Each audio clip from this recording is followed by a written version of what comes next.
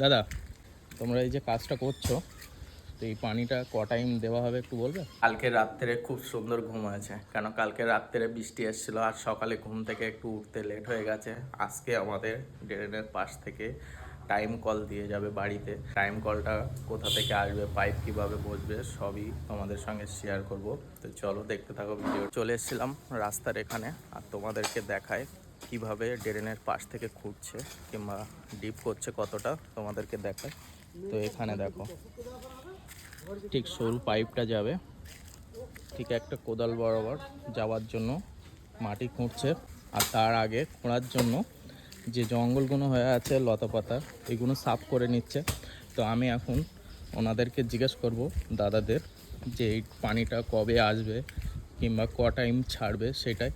দাদা, তোমরা এই যে কাজটা করছো, তো এই পানিটা ক টাইম দেওয়া হবে একটু বলবে? এখন সঠিক জানা নেই, তবু ঠিকাদার বলতে পারবে, কিন্তু 3 টাইম ছাড়বে। 3 টাইম ছাড়বে, তাই তো?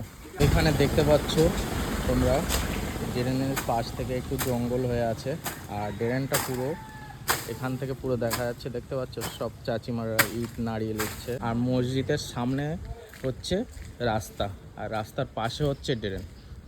আর এই ড্রেনগুলো এই সাইডে খোঁড়া হয়ে গেছে, তোমাদেরকে দেখাই। দেখতে পাচ্ছ পুরো ড্রেনের পাশ থেকে খোঁড়া হয়ে গেছে, শুধু আমাদের এই সাইডে বাকি ছিল। ওই জন্য আজকে এসেছিল দাদারা, তো এখানে কাজ করছে। এই তো তোমরা আজকে 5 জনা এসছো? 4 জনা? তো 4 জনা এসছে এখানে, 4 জনাই কাজ করছে। অন্য সাইডে কাজ হচ্ছে, তাই তো? আচ্ছা, 4টে লেবার আজকে কাজ করছে এখানে। তো আজকে এই সাইডটা কমপ্লিট হয়ে যাবে। তো আজকে পাইপটা লম্বা পুরো ফেলে নেবে।